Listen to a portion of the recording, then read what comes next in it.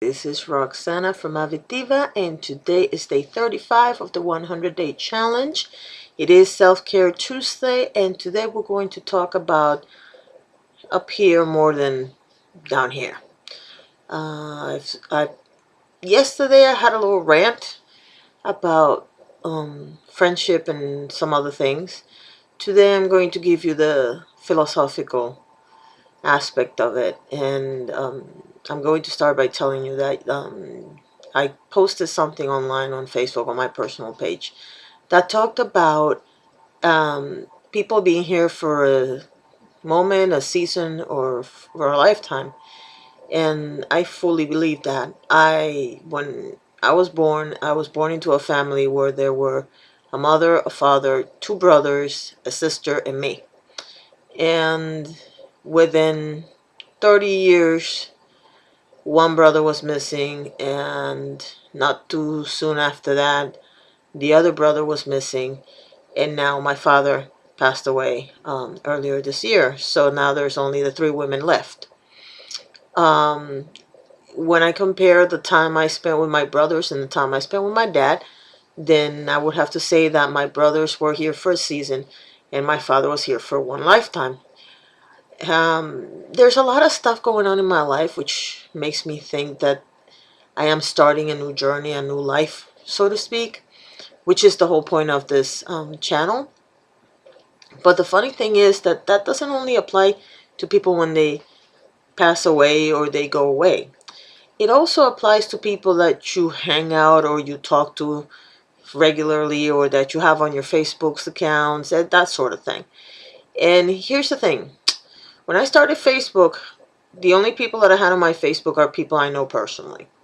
Now that has changed a little bit around the years, but I would have to say 85% of the people that I have on my Facebook account are people that I know personally. Now, that doesn't mean the Facebook page for Avidiva. That means my personal page. On Twitter, it's different. On Twitter, it's probably the other way around. It's probably 15% I know personally and the 85% I don't. But that's okay, because what I wanted to have in Twitter were people that were influencers to me, personally. People that were kind of mentors in my head, that sort of thing. So that's why the split is so different than the one on Facebook. For some reason, Facebook felt a lot more familiar, a lot more like having tea at home, and Twitter felt more like having a cocktail party at someplace else.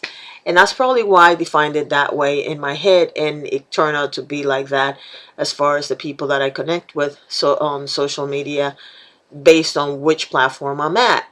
The thing about it is that in recent weeks, I would have to say a couple months, I have noticed some people that although we have different opinions, and I have different opinions from everybody, I mean from my spouse to everybody, but in the particular instance of Facebook, I found out that some of the people that I differ from differ way too much from me. And what do I mean by that?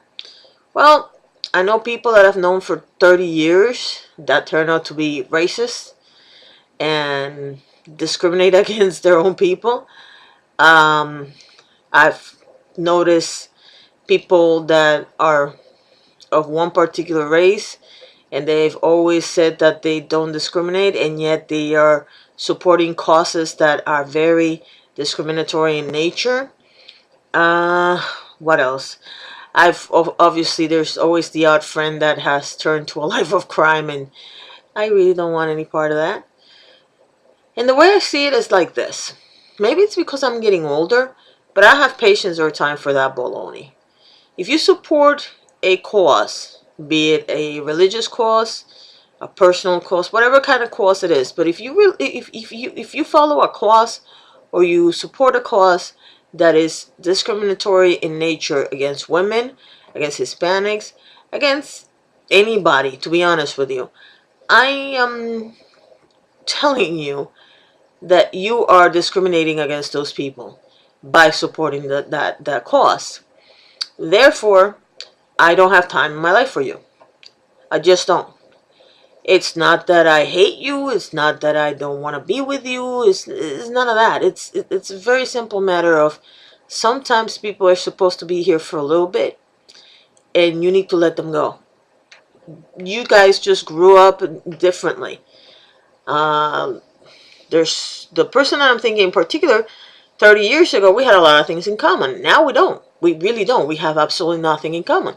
Therefore, that person doesn't need to be in my life anymore. Now, why do I tell you to let them go?